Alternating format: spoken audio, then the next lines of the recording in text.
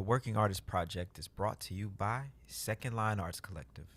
Learn how you can support at secondlinearts.org.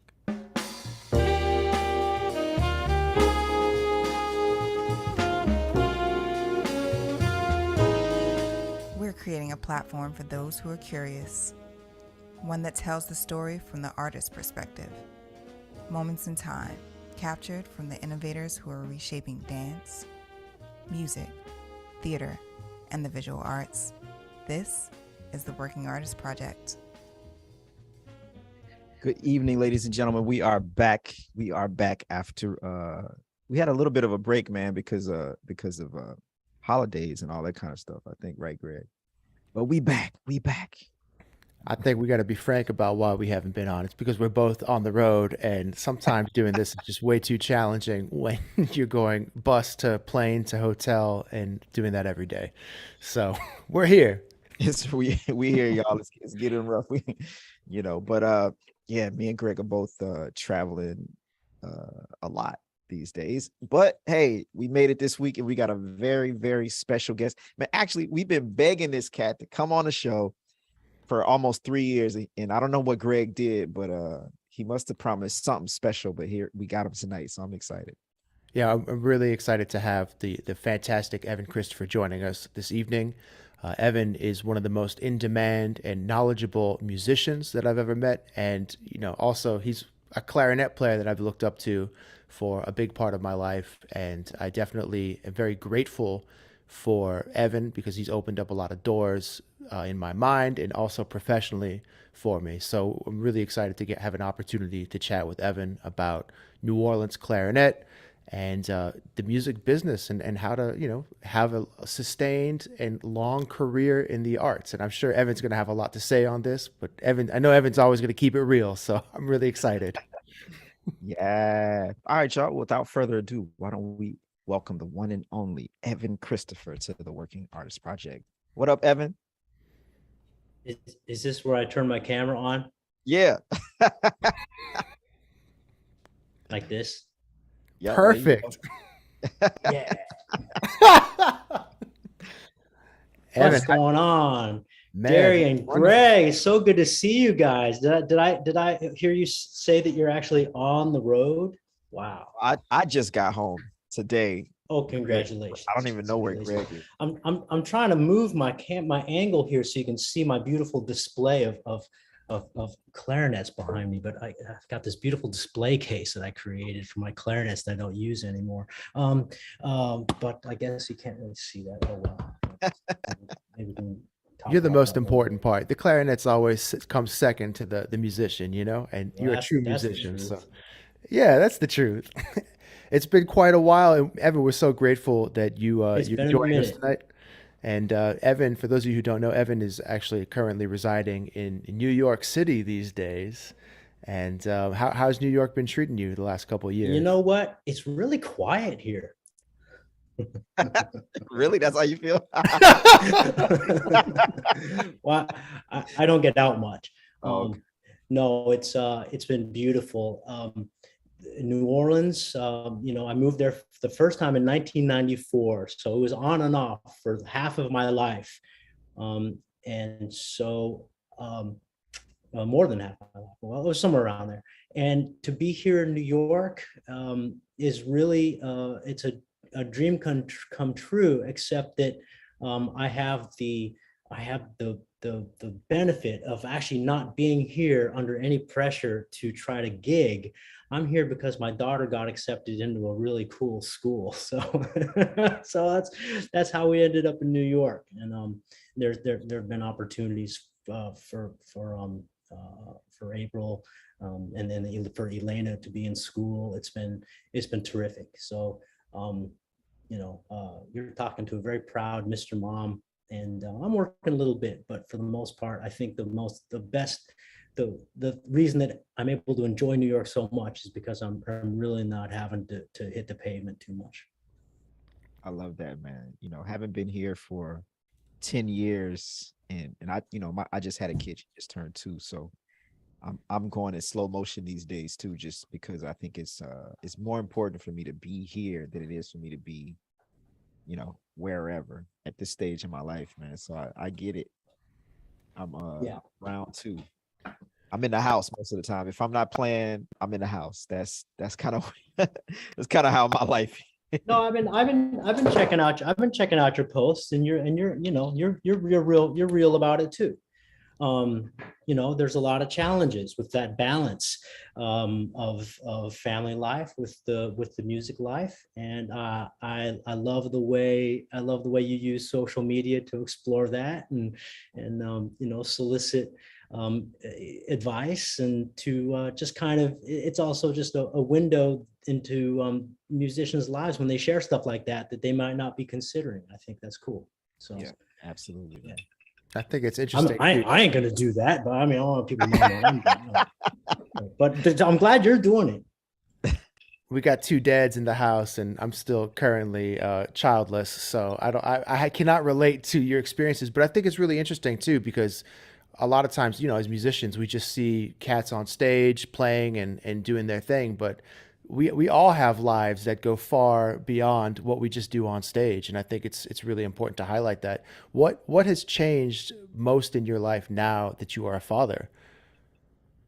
Um, here's the interesting thing. The thing that's changed the most is that um, you know I I think I kind of describe myself as being semi-professional, not quite amateur. And I think the distinction is that in the early part of my career, and maybe people can relate to this, maybe you can, Greg. It's just you. Everything is part of the experience. All the travel is part of the experience. You're enjoying all aspects of it. And when someone calls you for a gig, you just kind of, it's like having that be your 24-hour thing is cool. What happens when you start to have a kid and other priorities or different priorities is that no longer do you feel like you're being, you might be getting a good fee for a concert, but all of a sudden, if it involves 3 or 4 days of your life, the math becomes very different. When you're early in your career, those 3, 4 days of your life, it's all part of the package. What happens is the shift is that, wait a minute, I'm, now I'm basically losing 4 days of my other life to weeple around on stage for a couple hours. And so it changes. Yeah, I think that's the kind of the biggest difference. Yeah, If bro, that makes gotta sense. be everything has to be perfect for me, and I'm sure for most people, well, not most, but some musicians, to leave home after the stakes are higher. You know what I'm saying? But some Right. people also love music more than anything else, whether they have a family or not. You know, and I think we see that more often than not in the arts, where the art takes precedent over everything. I think the romantic way to think of it is, oh wow, my life is so much richer, and it really informs my music more, blah blah blah. I think that's great if it does that, if it recalibrates your aesthetic sensibilities as well as just your personal priorities.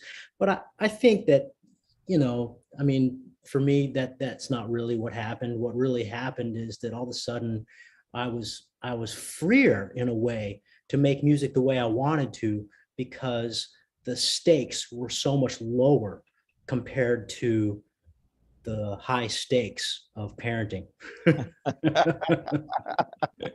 That's such an important thing to keep in context too. Is I know, just for me personally, I put so much pressure on, music and the lifestyle that surrounds that. But again, you said the high stakes of parenting, and when it comes down to it, parenting is much more high stakes than being a musician in so many ways, and just requires so much more energy. And it's also, there's a certain level of seriousness that goes to parenting that musicians, you know that is no joke. Yeah, I think my advice to musicians who are thinking of starting a family or who are in it already and are finding it a challenge to balance the two things, I think I can't advocate more strongly, get your priorities straight. Um, you know, this kid's depending on you, And quite frankly, you might, if you're really worried about the music side of it, you just might actually be overestimating, what that really means. Absolutely. I want to switch gears here for a second and talk about just your love for New Orleans music and how that came about. Being from California, and then it seems like a far-fetched thing. What was interesting is that it wasn't until I got to New Orleans that I really started to figure out, the significance of New Orleans. You come up with an interest in the clarinet and the music of clarinet players in the arena of jazz, and you discover quickly that clarinet is actually, you have to go back to the earlier aspects of the tradition to really figure out, what's special about the instrument. And that doesn't necessarily mean going all the way back to New Orleans, but it means going back to certain players who were from New Orleans. Omer, Simeon, who played with Jelly Roll Morton, recorded with Jelly Roll Morton, his favorite clarinet player, and Barney Bigard, who spent, over a decade with Duke Ellington, and then over a decade with Louis Armstrong, Jimmy Noon, who, had a band in Chicago, and, Alcide Nunez, who, was really one of the first heavy clarinet improvisers. And all these cats were from New Orleans, but they didn't really make their mark until they left. So being in California, you don't really understand the significance of New Orleans, or at least I didn't, until I actually got there and started to breathe the air and play the jobs that they were, kind of the same types of jobs they were doing, kind of walk in their footsteps, and then start to do some rather academic research about their lives and about what the city was like in the last a little over 100 years. Mm-hmm. And that was when it really started to open up for me. Before that, everybody's from somewhere. Oh yeah, Louis Armstrong is from New Orleans. Sidney Bechet is from New Orleans, but you don't really actually start to piece together how that affected their creative output and the trajectory of their music careers, and on so many different levels. And that was a beautiful thing. Most of all, I was just glad. I was in my early 20s. I was just glad to be in a city where there was young people playing the same music I was kind of in which I was interested. That was very special, to have, to be sitting around, a restaurant. I can think of one specific example. We're at the Bluebird on Magazine. There's just a bunch of cats close to my age sitting around, and, oh, dude, you got the new Louis box set. Oh, you slob. It's just like, it was really hip, because in California, it wasn't like that. The people who were interested in the older music were older musicians. The scene wasn't really that interesting. And the jobs were, it was sort of, the music was used in kind of a novelty way. So you could be, you could get to the gig and somebody would have put you in a costume before you went on stage. And it wasn't, you didn't have the same sense that there was a connection to the cultural life of people. You just felt like you were just kind of, it was just a gig. And in New Orleans, it was a combination of, it's a gig, but you just feel that much more. You feel, on many situations, you feel so much more connected to the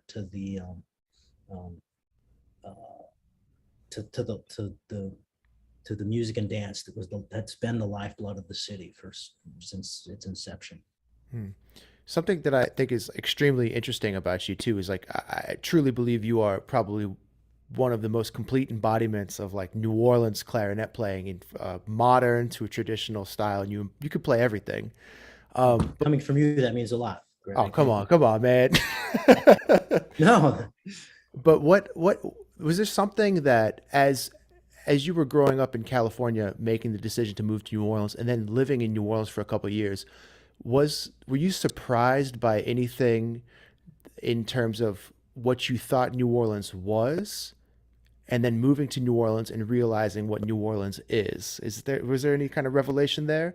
I don't know about revelations, but I think fundamentally, fundamentally, my love and passion for all these earlier New Orleans clarinet players, I think the quickest thing that I learned was that nobody actually wanted me to play like that. That was very significant.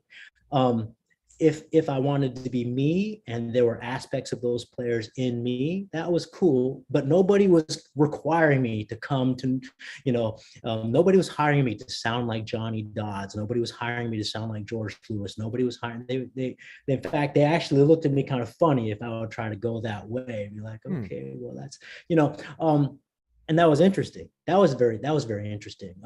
Because I thought, oh, here I am in New Orleans. Wow, wait, no, all this authenticity that I've been trying to cultivate. Yeah, here we go. It's gonna, and nobody gave a shit.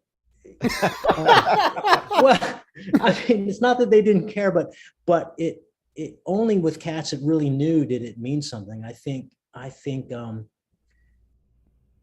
there was almost a stigma attached to trying to play that way.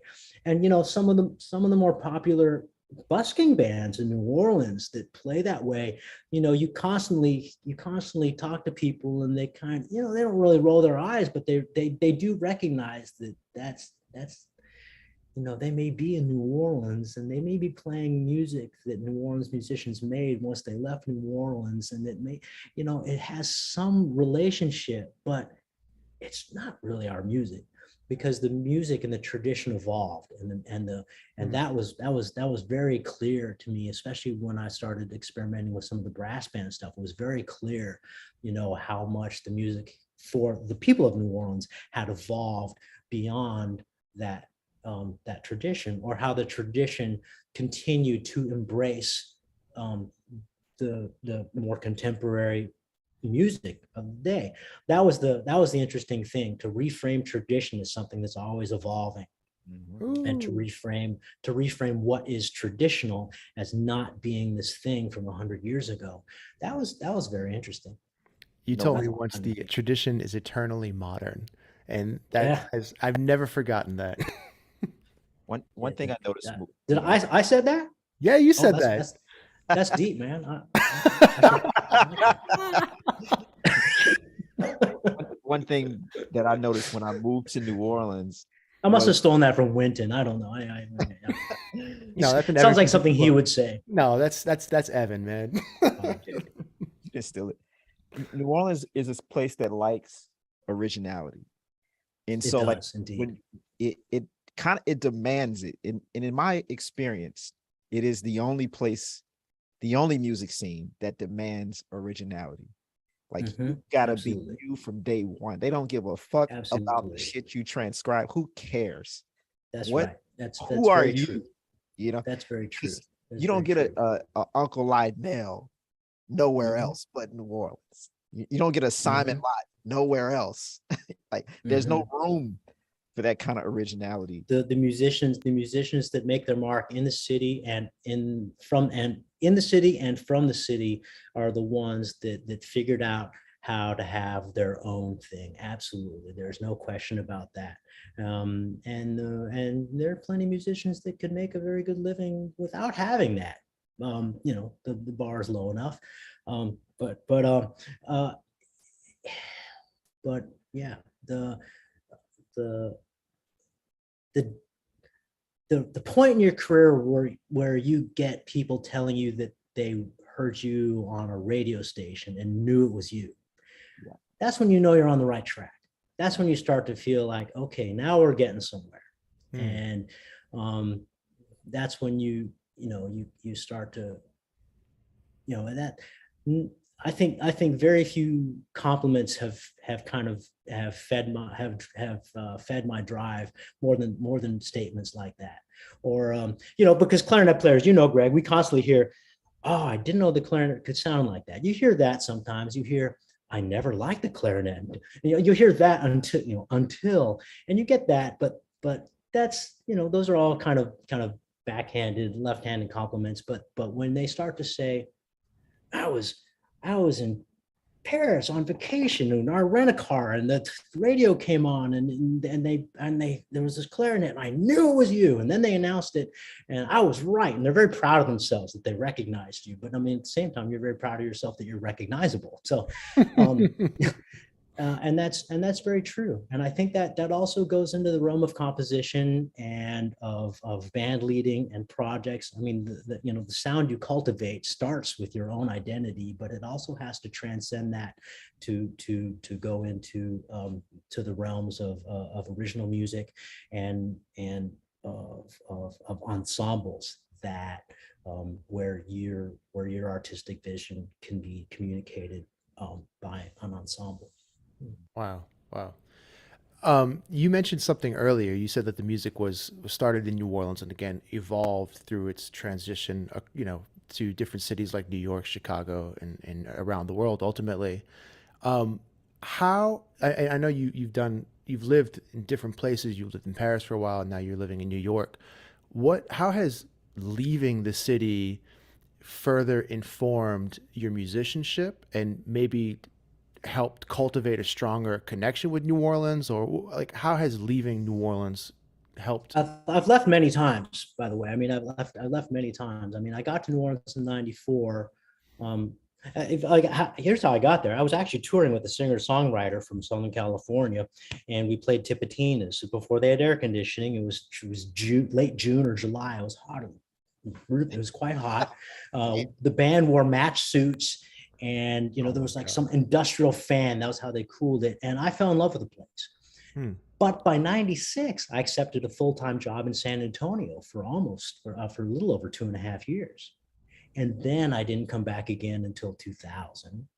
And then I left again in 2005. The city was uninhabitable. And I accepted a residency in Paris. And then I didn't come back again until 2008. And that period comes closer to helping me answer your question. When I came back in 2008, being away helped me kind of understand something that was really essential to having New Orleans mean something to my personal identity and for me to be able to communicate that. And that was that the currency of being in this place that is the epicenter of African American culture or African culture in the United States, however you want to think about it. This city, ground zero, from Congo Square all the way up to the present day, the currency of that won't really be understood unless, as long as the music is marketed in a way that doesn't understand the ethnic ramifications of what it means to be playing New Orleans music. Whatever the style, whatever the genre, doesn't matter. To be having the influence of New Orleans in your music doesn't mean anything if you're actually calling it something else. If you're using the same marketing terms that the industry uses, if you use the word jazz, all of a sudden it's no longer New Orleans music. It's just New Orleans music ends up being a type of jazz, which is backwards. And that's what I realized. And I became very aggressive when I got back in 2008 about trying to move the dial on that and let people understand that even in the most traditional form, what we're dealing with in traditional New Orleans music is that this is, in a way, an ethnic music and needs to be appreciated that way and needs to be taught that way. And your teacher, Alvin Batiste, felt that way on some level. The most significant musicians that are really representing the city feel that way. And I wanted to be a part of that. And I started doing more with education, and I started doing more with framing my own career and trying to do my best to create opportunities for New Orleans musicians that just weren't, in my opinion, just weren't leaving town enough to let people know what the hell's going on. So that was something that being away from New Orleans taught me, was basically that people don't look at it the way the people don't appreciate the city the way it deserves to be appreciated. If that's my short answer. Now, you know, in America, for whatever reason, when it comes to acknowledging Black culture, it's like we'll do anything not to acknowledge it, and that's what happens in our music. And so when you start giving it different names, like you say, okay, this is jazz, and then it got nothing to do with New Orleans. Now we no longer have to acknowledge Congo Square. We no longer have to acknowledge the Haitian tradition and anything that came from Black culture. And that tradition is carried on today through the university, because when you first put jazz in the schools, you called it lab band, which is racist. Because and you go to school, they don't teach you nothing about Black culture. And then you got these motherfuckers graduating school who don't even know shit about Black culture, don't listen to nothing, no Black music. And they think that they playing jazz, and they playing some bullshit, some Abersol bullshit. You know what I'm saying? There is no way, You know, Darian, jazz. you can find no shortage of literature that actually is starting to kind of grapple with how you use the academic structure to teach music that was from an oral tradition. Exactly. To teach music that is for the community. To teach music that evolved to serve the needs of the community. You know, that's the, you know, the academic setting is completely separate from that. And, you know, sadly, I think even in New Orleans, there's a separation there as well. Some musicians start to figure it out the same way that Miles Davis figured out, you know, when he was at Juilliard where he needed to be, right? I mean, musicians figure out their own thing, but I think when cats start to feel a bit enslaved, pun intended, or you know, I mean that in a way, to the whims of the music industry, I think it's a real trap, and I think musicians would do themselves a huge favor by just turning their back on all of that and just following their own you know, following their own passion. I forget who it was that was talking about, you know, the fact that I think it might have been Taj Mahal. It's like, actually, you know, popular music is for, you know, this huge percent of the population, but the people that hear me don't give a shit about any of that. So I'm pretty content to be making music for the people who are coming from me. It's a bit of that kind of long tail kind of you know, economic model, but I think there's something to that, and I think realizing that these ethnic musics are actually also in a way kind of niche, I think it can be turned to your advantage, and I encourage people to do that more. Now, if you're not in New Orleans or you've never been to New Orleans, I mean, you know, but that's where your passion is, and that's where you want to speak from. Well, you know, you've got some challenges. Won't lie. They're challenges that are pretty easy to resolve because you don't need a passport to get to New Orleans. You know, New York cats are funny, right? They're like, "Oh, New Orleans! I've always wanted to go there." Like it's that, like it's, you know, really far away. Oh, I don't know why I've never been there. Yeah, I don't know why you've never been there either. But they, you know, they're kind of funny about it. Oh, I got to get me some of that New Orleans thing. It's like, oh well, okay. And I always thought that was very, I was thought they were very funny conversations. But you know, at least they recognize on some level, even if it's just kind of lip service, that they know that there's something there that they're missing. You know, I think it's. I think it's valuable, and you know, it's kind of tragic that it's getting harder to actually make your pilgrimage to the city and find those connections. But be that as it may, you still got to try to make those connections. No matter what type of music you want to do, you've got to figure out a way to be in that community before you can start, you know, pretending that you are in that community. Mm-hmm. Absolutely. How this is being from New Orleans. I grew up around a lot of what you're saying, that the music was for the community. And how do we reconcile the fact that we also live in like a capitalistic culture where as musicians we're not only, creatives making music and following our passion, following our soul, and doing, things in the community setting, but how do we translate in that to the economic model and realities that we live in while still being authentic to the root I of our art? That's a very tough question. I don't know the answer. I would say three things come to mind right away. One, nobody owes you a living in music. Um, you could be, doesn't matter how creative you are, if you start to produce and be shaking your fist at the sky saying, why isn't anybody, giving me, affording me a living to continue doing this? Well, I mean, I think you're on the wrong track. Hmm. The second thing is that I think it comes down to a question of, I think there's a lot of pressure. Musicians put a lot of pressure on themselves to be making a living in music. And I think that's completely unnecessary. I'm living proof of that. I, I'm, I'm I'm not an amateur, maybe I'm semi-professional.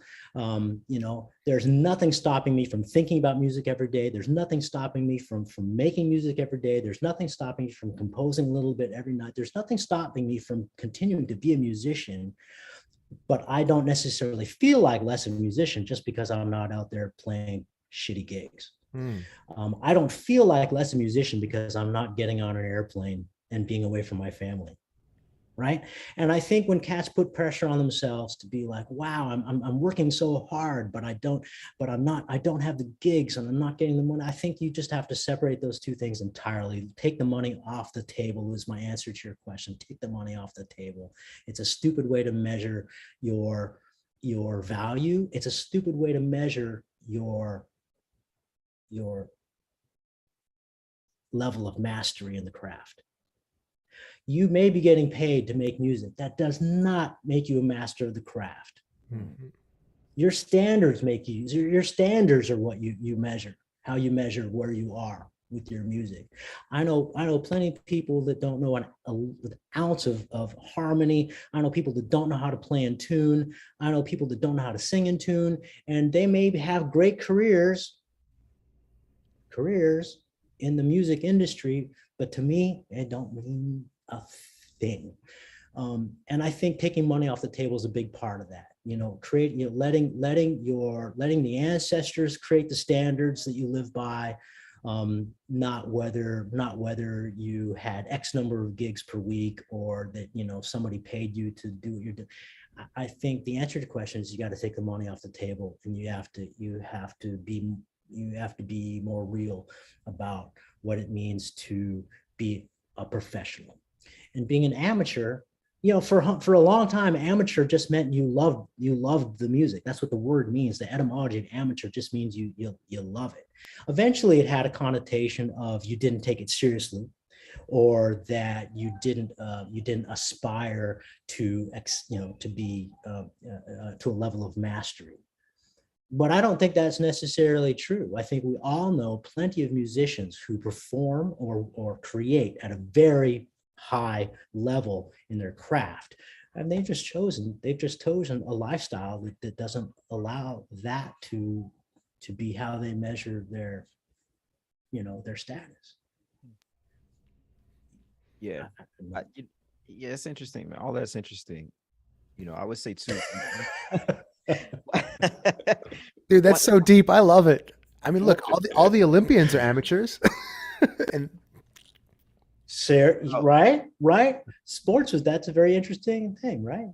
They're technically they're doing it for the love of it, but that's a very high level that they're trying to their level of their craft is very, very high.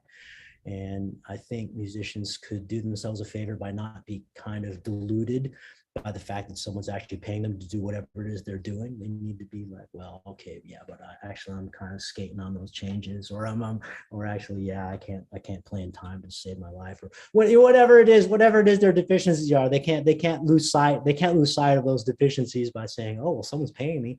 And by the other side of it, you can't say, wow, at the level I'm at, I should be able to, I should not have to. I should not have to work a day gig or whatever you want to call it. That's up to you. It depends on what lifestyle you want to have for yourself. So in terms of it being the thing about capitalism and the arts, that they don't quite go together because two things. I mean, the quality is not quite as objective. It's rather subjective. It's up to the, and then the second thing is that we just don't, as a country, I mean, there's huge swaths of this nation that I don't have any interest in going to, because they equate culture with going to church on Sunday and watching sports and NASCAR. I'm not interested in getting on a plane. You can come here to the capital of the fucking world. You can come to New York City, and maybe I'll be playing somewhere, but I'm not gonna go where you are and try to convince you that what I do matters. God. So I'm sorry. Was that mean? I'm sorry. No. Hey, am I offending people? Yes, but this is your truth.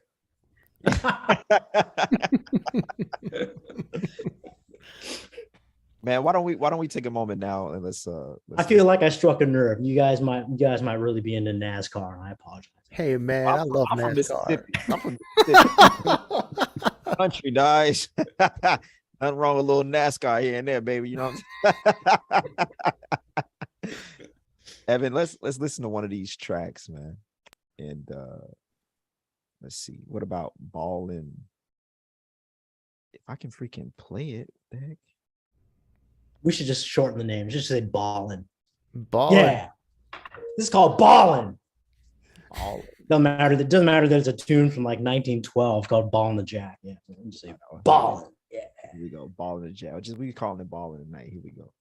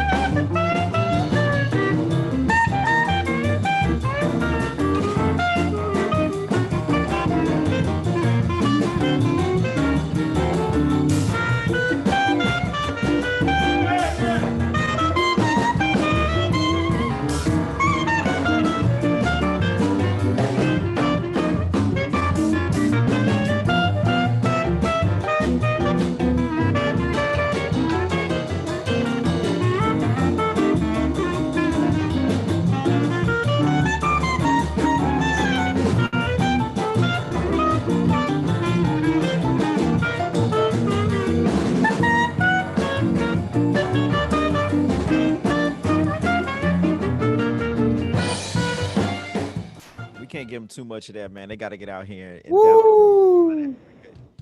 And which record is that from? Hold on, we can't hear you, Evan. We can't hear you. Got to unmute. Sorry, I'm muted for a second. That's not from record. That was just from a gig at Snug Harbor in New Orleans. That was just me throwing down with Shannon Powell and some other cats, and it came out. I don't remember how we captured it, but it came out well enough. I'd used it to as an ensemble example for a grant that I applied to, and there's something about it that seemed to capture people's imagination, so I thought I'd share with y'all. But it's not from an album. Well, you need to put that out live at Snug. Ballin' the Jack is an old pop tune from 1913. And I think I wanted to share that with you because it kind of represents, what I do. I take tunes that are over 100 years old and just try to, let people, have the question mark about whether it was written yesterday or, just I want to kind of blur those lines. Yeah. The Well, that's tradition is eternally modern. there you go.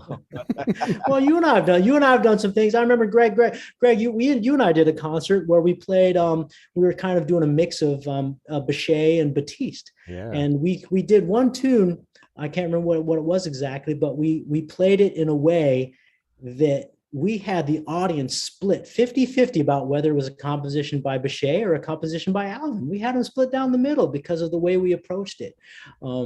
And I remember you put one of those Harrow Baptiste Venetian skies, yeah. skies, and I played it. I think I borrowed your soprano and I cranked on a mouthpiece and tried to, and I played it so much like Sidney Bechet that people were like, oh, well, that must be a Bechet tune. And then we got into some other things like, well, maybe it's an Alvin Batiste tune. But I love that concert we did that blurred those distinctions. And the only thing, the thread that held it together was New Orleans. What is the distinction between like something like what makes something traditional and what makes something modern? Like what is that? How do you play the same tune? To me, Greg, it's about vocabulary. There's different things. There's vocabulary. On that particular example, it's a minor tune, and the use of the minor 7 and not the leading tone sends it forward into a period where the music was more coming out of a modal texture. Not to get too technical, but whereas the tonicization of the using the 6s and the 9s, it makes it more traditional in the sense that it's obeying these rules of harmony that started with Bach. And I think those are the kind of areas where it starts to become more modern or traditional. When it comes to the rhythms, the presence of the backbeat, constitutes some aspect of the tradition, but what surrounds that rhythmically or polyrhythmically, what surrounds that can take it forward and start to incorporate some vocabulary that's not as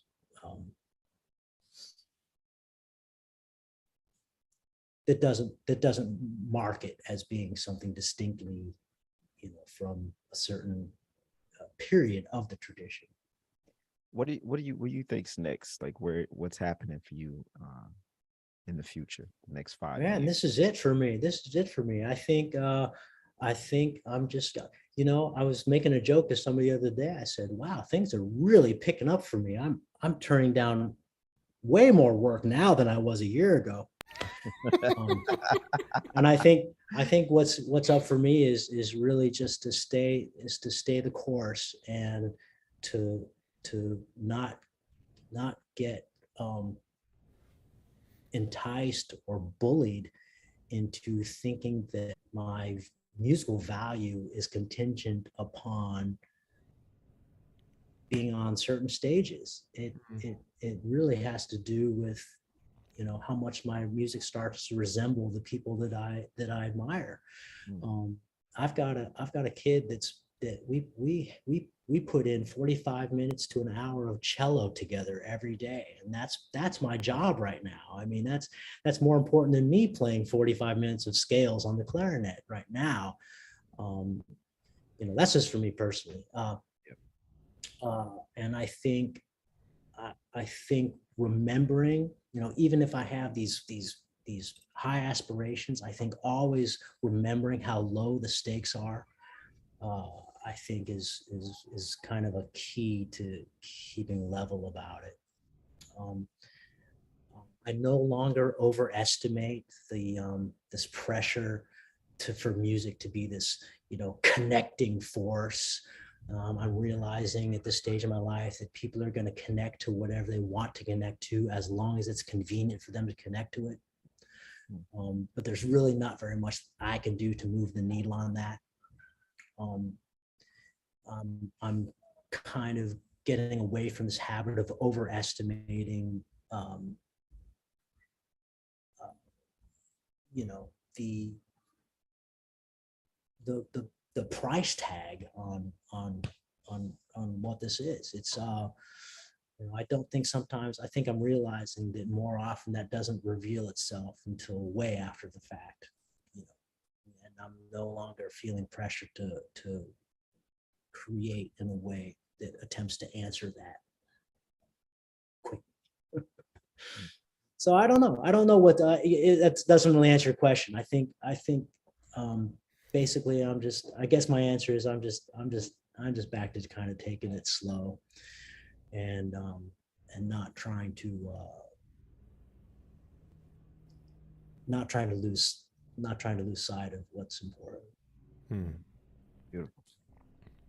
I'm sure that's like the wrong answer. It's like people, this is about the music. This is ain't no wrong answers on this exam. But you know what I think is really hip too is that, you know, you have so many credentials and accomplishments career wise that you know anyone would be very proud of, and it's just very interesting to have a conversation with you at this season of life to see where you're at. And you know, all of this stuff is, you know, Ellis Marcellus said, it's just a document, it's just a snapshot of the moment, a record. And I think all of these, you know, one of the things that Darren and I wanted to do in this is just taking a snapshot of where people are at this moment, and, you know, maybe 15 years later we're somewhere else, you know. Ellis is a beautiful example, a beautiful role model for all of us in that way. I remember an interview very quickly. I remember an interview where he discussed why he didn't go to New York, and his answer was very simple: because nobody offered me a gig there. That was the answer. It was like, you know, everybody think, why didn't you go to New York? I mean, you could have been a big star, or whatever that means, or whatever they thought. And Ellis always had his eye on the prize. He always had his eye on the prize in terms of his focus on his family, in terms of his focus on his own personal aesthetic and the way he approached music. And he never lost sight of that with this illusion of, you know, overestimating the currency of New York, for example, or overestimating the currency of things that he could have done in his career that would have taken away from that. And I never forgot that. I'll tell you one more quick anecdote. It was an interview with D1 and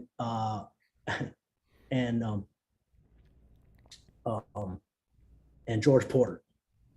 And the question they were asked was, what does longevity? I spoiled it. What does success mean to you? And D1's talking about, well, I just want to be able to make this music and be able to, you know, bring, you know, money back home to the family, and I want my family to be proud of me. And he went on and on about all these things that success meant to him. And George Porter said, I already gave it away. George Porter said, success to me is longevity. Because if you're not living to enjoy the benefits of what you've done, what's the point? Then you missed it. So I think that's the last thing I'd like to leave, you know, you guys with is, you know, I think a focus on longevity is huge, and you know, not to be pressured or enticed by, you know, the cliches of what success means in this stupid business. I think those are the two things that I continually keep coming back to at this stage. And I love you both. It's so great to see you and talk to you both. And I could do this all night, but I can't because my glass is empty. Yo, Evan, thank you so much for joining. My pleasure. This evening. I mean, man, you are just such a wealth of information, experience, and knowledge, and just, you know, on a personal note, thank you so much for everything you've done for me. Man, being a mentor and a clarinet idol, and man, thank you so much for everything, Evan. Gregory, I love you. I love you, brother. Thank you, Evan, man. It was a true treat to have you on here after begging you for years. Thank you. Oh, Darren, I just didn't think I had anything to say. But Darren, I appreciate the persistence, and I love what you guys are doing. I'm very proud of both of you. Thank you, man. We're proud of you. All right, y'all. My name is Darian Douglas.